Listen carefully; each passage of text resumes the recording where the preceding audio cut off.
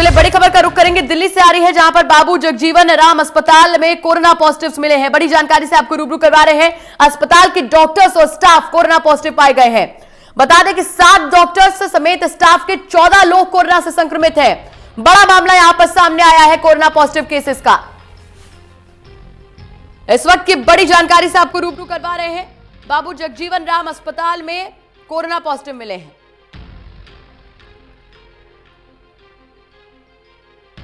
बता रहे कि अस्पताल के डॉक्टर समेत स्टाफ के 14 लोगों को कोरोना संक्रमित बताया जा रहा है और मामले लगातार बढ़ते जा रहे हैं। और सबसे बड़ी बात यह है कि हमारे जो कोरोना वॉरियर्स हैं वही कोरोना की जद में आ रहे हैं। सबसे ज्यादा चिंता का विषय है।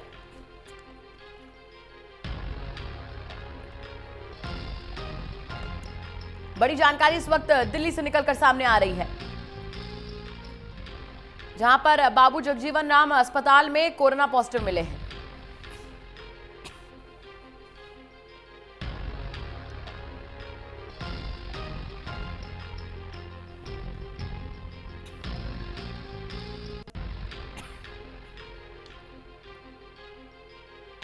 दिल्ली में मामले लगातार बढ़ते जा रहे हैं। हमारे कोरोना जो वॉरियर्स हैं वही इसकी जद में आ रहे हैं।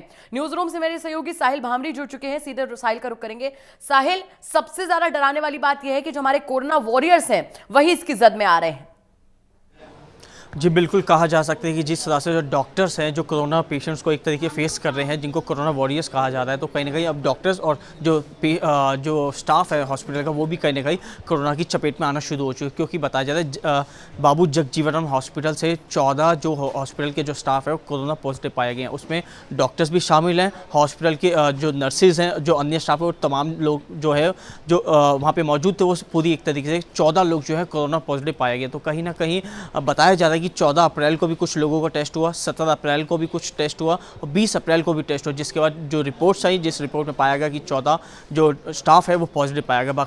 बाकी जो इनके जो पूरे घर के जो लोग हैं एक तरीके से उन सबको होम क्वारंटाइन कर दिया, उनके भी टेस्ट के सैंपल ले लिए, उनकी भी रिपोर्ट्स आ जाएगी। तो कहीं ना कहीं जो हॉस्पिटल है उसको भी अब सैनिटाइज किया जा रहा है। तो कहीं ना कहीं सोचने वाली बात है कि आखिरकार जो कोरोना वॉरियर्स है अब कहीं ना कहीं वो भी अब धीरे धीरे करके कोरोना की चपेट में आते जा रहे हैं। जी, यहाँ पर दिल्ली में मामले लगातार बढ़ते जा रहे हैं साहिल। हालांकि 808 लोग ठीक भी हो चुके हैं, लेकिन लगातार बढ़ती संख्या जरूर डरा रही है।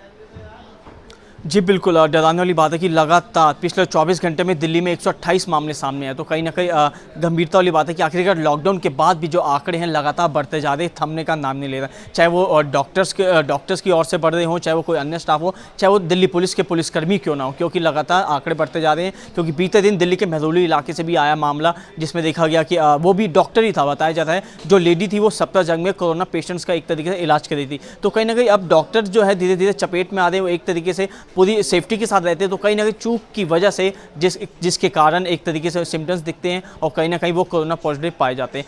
बताया जा रहा है जो जगजीवन अस्पताल में जो पेशेंट्स आ रहे थे, क्योंकि वहाँ पे कोरोना पेशेंट का कोई इलाज नहीं होता जगजीवन हॉस्पिटल में, लेकिन वहाँ पे जो पेशेंट्स आ रहे हैं, चाहे उनको खांसी है, चाहे जुकाम है, चाहे सिर दर्द है, अब उनको नहीं पता कि किस तरह से उनके सिम्टम्स दिख रहे हैं, जिसके बाद कुछ उनमें से इक्का दुक्का जो पेशेंट है वो कोरोना पाए जाते हैं और जो उनका इलाज कर रहे होते हैं वो हॉस्पिटल के स्टाफ और डॉक्टर वो पॉजिटिव पाए जा रहे हैं। जी साहिल, पूरे देश की भी बात कर लेते हैं। टोटल जो मामले हैं 23,000 का आंकड़ा पार कर चुके हैं।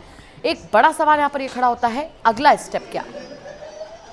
जी बिल्कुल, जो आंकड़े हैं भारत में 23,000 के पार हो चुके हैं। कहीं ना कहीं सोचने वाली बात है, विषय की बात है कि आखिरकार किस तरह से इन आंकड़ों पे रोक लगाई जाए, क्योंकि लॉकडाउन चल रहा है। लॉकडाउन के बाद भी आंकड़े बढ़ते जा रहे हैं। कि दिल्ली की बात करें, चाहे वो महाराष्ट्र की बात करें, चाहे वो राजस्थान के यूपी की बात, जयपुर की बात करें, तो कहीं ना कहीं आंकड़े हैं अलग अलग स्टेट, जो मेन स्टेट बताई जा रही है दिल्ली, महाराष्ट्र और कोलकाता, इन जगहों से जो आंकड़े हैं लगातार बढ़ते जा रहे हैं। अब गुजरात भी इसमें शामिल हो गए, गुजरात भी दूसरे तीसरे नंबर पर पहुँच चुके हैं। तो कहीं ना कहीं सरकार को और सख्ताई दिखानी पड़ेगी, क्योंकि जो लोग घर से एक तरीके से घूमने के लिए बेवजह घर से बाहर निकल जाते हैं और बाइकों पे, स्कूटर पे ट्रिपलिंग करते हैं, तो कहीं ना कहीं उन लोगों को एक तरीके से उन पर कार्रवाई करनी चाहिए। क्योंकि ऐसे ही जो लोग एक तरीके से बीमारी को बढ़ावा दे रहे हैं, घर से बाहर निकल रहे हैं, बीमारी को चुनौती दे रहे हैं, तो और उसके साथ साथ फैमिली को भी उनकी दिक्कत है, पड़ोसी को भी दिक्कत है। तो कहीं ना कहीं प्रशासन को और सख्ताई दिखानी पड़ेगी।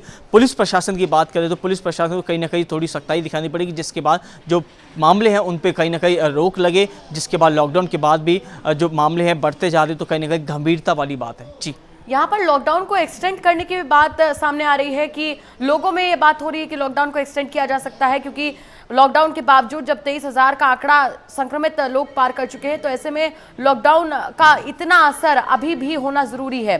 क्या लगता है साहिल, लॉकडाउन को आगे बढ़ाया जाएगा? जी बिल्कुल, डेफिनेटली जाहिर तौर पे बढ़ाया जा सकता है लॉकडाउन, क्योंकि जिस तरह से जो आंकड़े हैं बढ़ते जा रहे हैं, तेजी से बढ़ते जा रहे हैं। लगभग 100 से अधिक मामले दिल्ली से पिछले 24 घंटे में सामने है, तो कहीं ना कहीं लॉकडाउन है जो आगे बढ़ सकता है, क्योंकि जब तक मामले नहीं रुकेंगे तब तक जो लॉकडाउन है वो बढ़ता रहेगा। क्योंकि जब दिल्ली में, राजधानी दिल्ली में लॉकडाउन जो मामले हैं वो रुकना बंद हो जाएंगे, थम जाएंगे, तब जाके लॉकडाउन भी खोला जाएगा। वो भी कुछ इलाकों में एक तरीके से सर्विस दी जाएगी। जो हॉटस्पॉट इलाके उनको तो फिलहाल अभी नहीं खोला जाएगा, क्योंकि एक तरीके से hotspot area, containment zone area है, तो उनको तो फिलहाल अभी नहीं जाएगा। लेकिन आंकड़े बढ़ते गए तो लॉकडाउन की जो डेट है वो भी बढ़ाई जा सकती है। लेकिन आंकड़ों पे रोक लगी पूरे भारत में अलग अलग राज्यों में, तो कहीं ना कहीं लॉकडाउन भी कहीं ना कहीं धीरे धीरे अलग अलग राज्यों में खोला जा सकता है। साहिल, तारीखों में थोड़ा सा पीछे जाते हैं। आज 24 अप्रैल है, हम 15 अप्रैल की बात करते हैं। पूरे देश में संक्रमित लोगों का आंकड़ा 11,439 था और आज ये आंकड़ा 23,077 है। इतनी तेजी से यहाँ पर आंकड़े बढ़ रहे हैं, क्या लगता है कैसे काबू किया जाए? क्योंकि इस तरीके से हम 1000 से अब धीरे धीरे लाख की तरफ बढ़ रहे हैं। आप देखिए कि पहले कुछ 100 मामले सामने आते हैं, फिर वो कुछ 1000 होते हैं और अब 23,000 का आंकड़ा पार हो चुका है।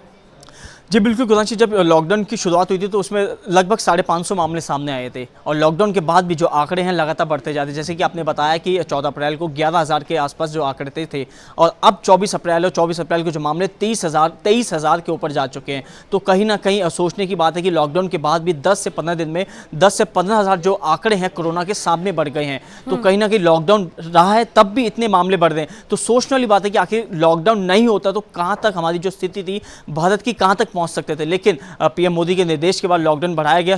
अपने अपने स्टेट के मुख्यमंत्री ने निर्देश दिए कि लॉकडाउन की डेट को बढ़ाया जाएगा, जिसके बाद जो असर दिखता साफ तौर पे देखा जा रहा है कि लॉकडाउन है तब भी आंकड़े रुक के आ रहे। लेकिन लॉकडाउन नहीं होता तो यूपी और दिल्ली की और महाराष्ट्र में जो आंकड़े थे हजारों की संख्या के पार हो सकते थे। जी साहिल, अगर हम नजर डालते हैं दिल्ली की, यानी कि देश की राजधानी दिल्ली पर, तो महाराष्ट्र के बाद सबसे ज्यादा जो संक्रमण है वो दिल्ली में ही है। ऐसे में दिल्ली में क्या स्टेप्स उठाए जाएं? क्योंकि देश की राजधानी है, तमाम स्टेप्स उठाए भी जा रहे हैं राज्य सरकार और केंद्र सरकार की तरफ से, लेकिन शायद वो पूरे नहीं पड़ रहे हैं।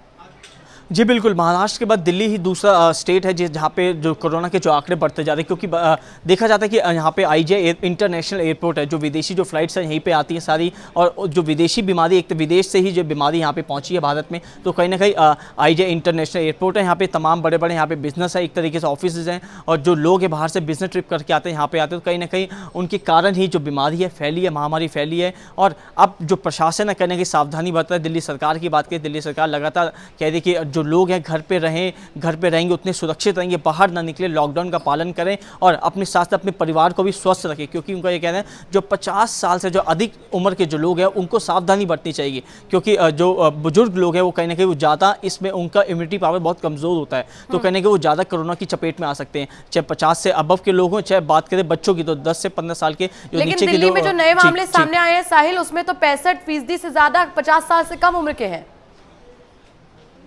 जी उसमें बिल्कुल कहा जा सकता है कि जो दिल्ली पुलिस के जो पुलिसकर्मी है, जिसमें पुलिसकर्मी काफ़ी चपेट में आए हैं, डॉक्टर्स जो अन्य हॉस्पिटल का स्टाफ है वो भी कहीं ना कहीं पूरे कोरोना की चपेट में है। तो कहीं ना कहीं ये भी एक 30 से 40 के आसपास के उम्र के हैं। लेकिन अब ये वो लोग हैं जो एक तरीके जो लोगों को, जो कोरोना पॉजिटिव पेशेंट्स को हॉस्पिटल तक पहुँचा रहे हैं, अलग अलग इलाकों से बाहर निकाल रहे हैं, और एक तरीके से जो इलाकों में जाके उन जो पब्लिक है उनसे एक तरीके से फेस टू फेस जाके बातचीत करेंगे। सबसे ज्यादा विडंबना ये है कि हमारे कोरोना वॉरियर्स ही कोरोना की जद में आते जा रहे हैं, और ऐसे में अब कोरोना से निपटना हमारे लिए बेहद जरूरी हो चुका है। लॉकडाउन पर भी जल्दी फैसला हो सकता है, देखना होगा कि कैसे इस वायरस से निपटा जा सकता है। बहुत बहुत शुक्रिया हमसे जुड़ने के लिए, तमाम जानकारी से रूबरू